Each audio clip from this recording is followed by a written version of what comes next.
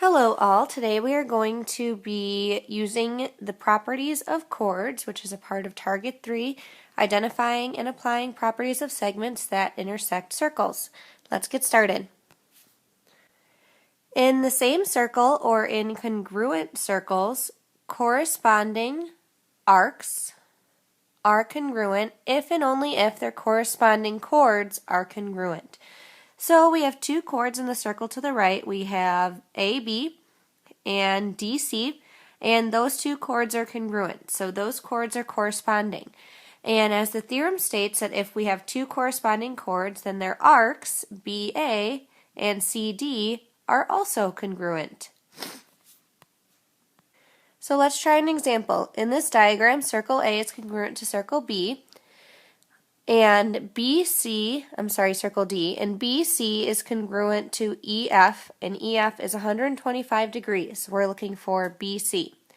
So BC is congruent to EF. Those are corresponding chords.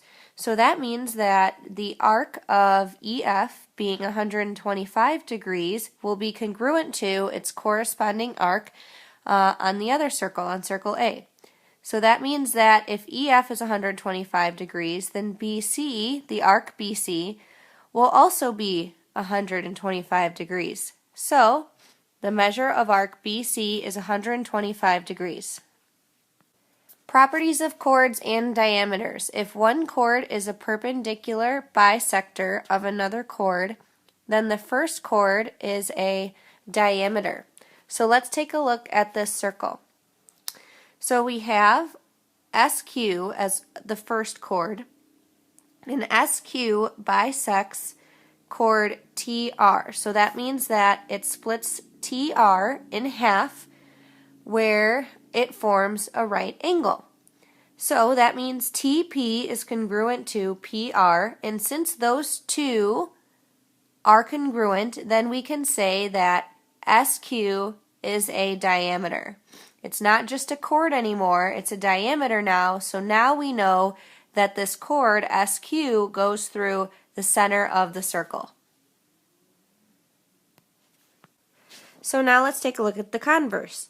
If a diameter of a circle is perpendicular to a chord, then the diameter, that's just pointing to the diameter on the first circle. Then the diameter bisects the chord and its arc. So we have SQ already known to be a diameter. So SQ goes through the center of the circle. And since it goes through the center of the circle and it's a perpendicular bisector, so that means that TP is congruent to PR, which also means if those corresponding chords are congruent, then their arcs are congruent as well. So the arc TQ is congruent to the arc QR. And in this last property of chords, in the same circle or incongruent circles, two chords are congruent if and only if they are equidistant from the center of the circle. So what that means is that two chords on the outside, so in the picture to the right, AB right here will be congruent to CD because they are both the same distance from the center. So that means FG would be congruent to FE. So let's take a look at an example. In the diagram, circle F, AB is congruent to CD, which are both 12. So AB and CD are both 12. Now, since we know that those two are congruent, then that means that they must be equidistant from the center. So that means FG must be congruent to EF. So if those two are congruent, then in order to solve for EF, I can set FG equal to EF. So 7x minus 8 is equal to 3x. And now I'm going to solve. Subtract 7x from both sides. I'm left with negative 8 equals negative 4x. I divide by negative 4, and x is equal to 2. So I'm solving for EF, so I'll take 2 and plug it back in. EF is equal to 3x. So EF with 2 plugged in, EF will be 6.